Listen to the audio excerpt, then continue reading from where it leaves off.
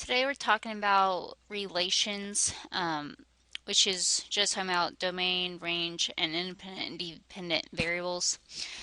So first of all, our first blank is going to be domain. Domain is the set of x values. So it's all of your x values, whether it's a graph, an equation, or just a list of points. And then range is going to be your y. A way to remember that is it's alphabetical. D comes before R in the alphabet, and so does X comes before Y, so they kind of pair together. When we write our domain and range, we want to make sure that we do not repeat numbers, and we are going to write them in numerical order and use brackets. So I like to go least to greatest, and the brackets will be squiggly brackets. So please turn to the next page.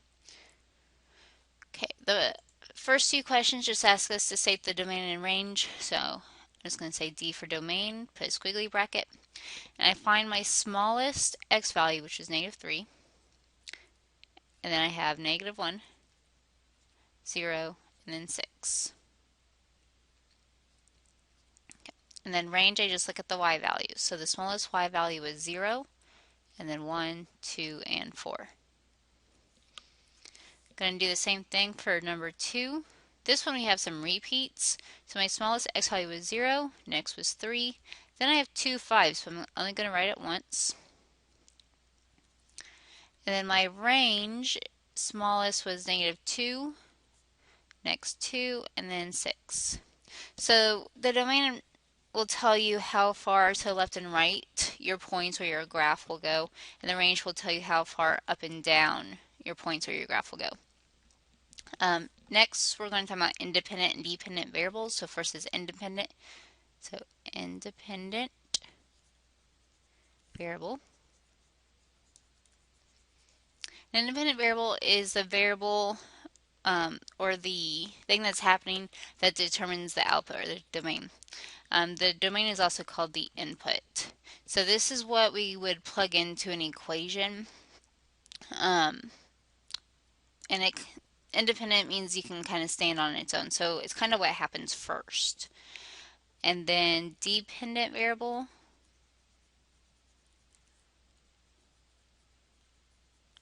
The dependent variable is the variable that depends on the independent variable. So it's going to change based off of what's going on with the independent, and the dependent matches up with the range, and the range is also called the output.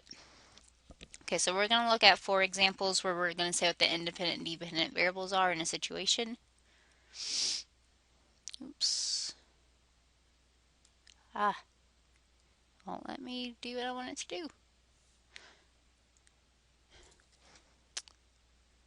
Okay.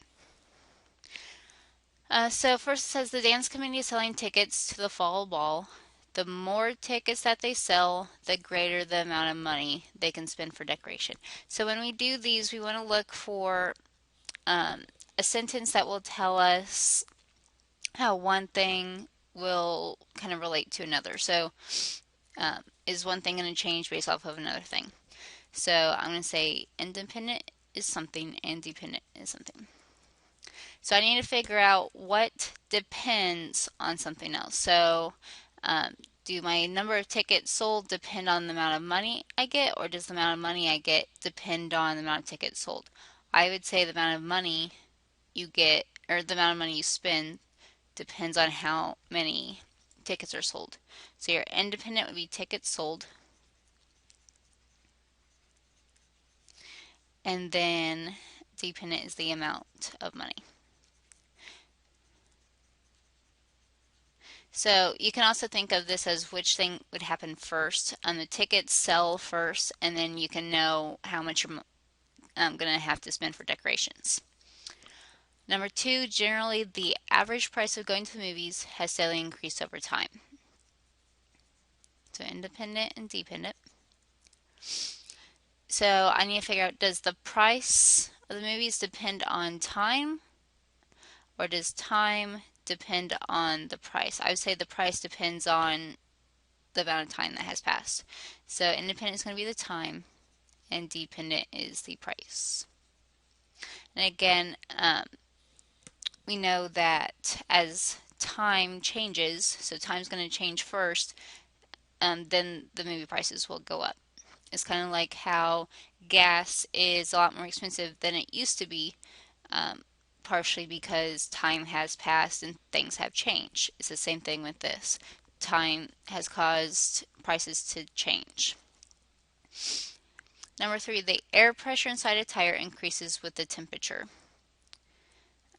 So we have independent and dependent. So I think, does the air pressure depend on the temperature, or does the temperature depend on the air pressure? I would say the air pressure depends on the temperature because it's going to change whether it's hot outside or whether it's cold outside. So the temperature is going to go first for independent, and then dependent would be the air pressure. Number 4, as the amount of rain decreases, so does the water level of the rain. So independent and dependent. So again, think, does the amount of rain depend on the water level, or does the water level depend on the amount of rain? I say the water level depends on the amount of rain, which means water level is our dependent, so since it depends on rain, and independent would be amount of rain. Okay. So if you have any questions, as always, please email me.